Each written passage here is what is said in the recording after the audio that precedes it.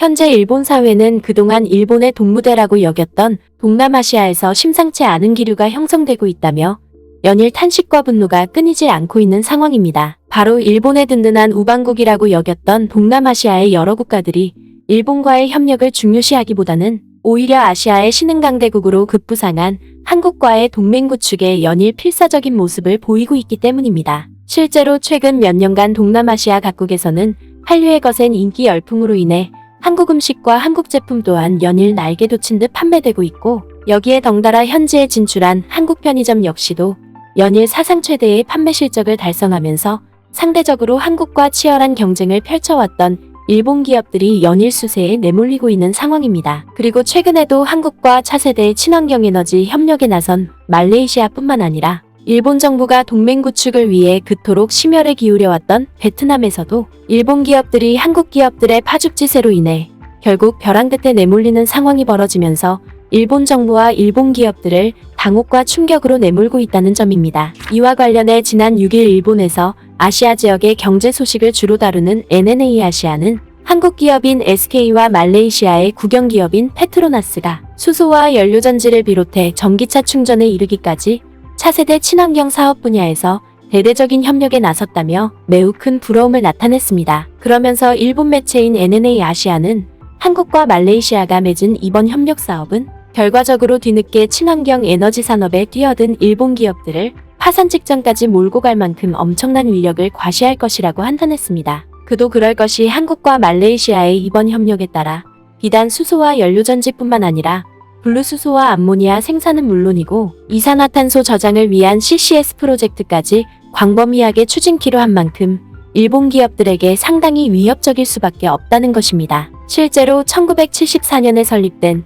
말레이시아 최대 국영에너지 기업인 페트로나스는 전 세계 50여 개국에 진출해 오랫동안 석유와 가스 개발에 나섰던 만큼 한국 기업이 페트로나스가 쌓아올린 생산 및 유통 인프라를 발판 삼아 수소의 생산 및 공급과 더불어 주유소 내 전기차 충전기 설치를 본격화할 경우 일본 기업이 이에 맞서기란 사실상 불가능에 가깝다는 것입니다. 뿐만 아니라 두 나라의 협력은 여기서 멈추지 않고 SK그룹에 속한 SK 에코플랜트가 고체 산화물 연료전지를 기반으로 말레이시아의 친환경 발전 및 데이터 전력 공급 사업을 담당하기로 하면서 결과적으로 말레이시아에 진출한 일본 기업들의 입지가 더더욱 확연하게 줄어들 수밖에 없다는 것입니다. 그리고 말레이시아에서 이 같은 소식이 발표된 같은 시기에 일본 정부가 철석같이 믿어왔던 베트남에서도 한국 기업들의 종횡무진으로 인해 모든 일본 기업들이 베트남에서 철수해야 될 지경에 내몰리고 있다며 일본 매체가 이를 거세게 비판하고 나서면서 일본 정부를 더더욱 궁지로 내몰고 있는 상황입니다.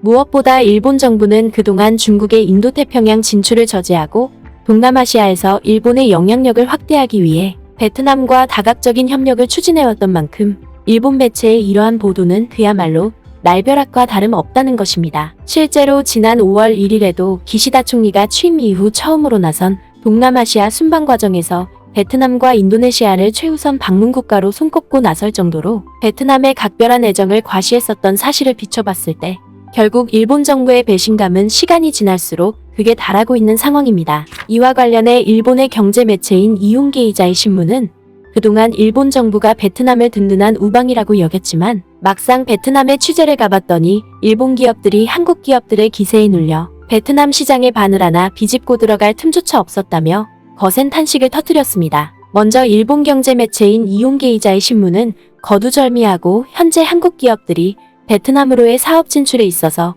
일본 기업들을 그야말로 압도하고 있다고 보도했습니다. 그러면서 이 매체는 당장 베트남에 대한 직접 투자액만 놓고 보더라도 한국 기업의 베트남 투자액이 일본 기업보다 2배 이상 높다고 보도했습니다. 이는 최근 베트남 계획 투자성이 발표한 자료에 따르면 올해 1월부터 8일까지 한국 기업의 베트남 투자액은 전년 동기에 비해 43% 늘어난 35억 달러를 나타낸 반면에 일본 기업의 투자액은 오히려 전년 동기에 비해 53%나 감소한 14억 달러에 그쳤다는 것입니다. 뿐만 아니라 일본 매체는 베트남에서 이뤄진 출자와 주식 취득 건수 또한 한국과 일본의 격차가 무려 6배나 차이가 날 정도로 두 나라의 투자 비중이 극명하게 나타난다며 크게 탄식했습니다. 심지어 일본 매체는 베트남에 체류하고 있는 인원 또한 한국은 일본보다 10배나 많은 20만 명에 달한다고 보도했습니다. 특히 일본 매체는 자국 기업을 압도하는 한국 기업들의 이 같은 베트남 진출은 마침내 베트남 국민들의 일상생활에도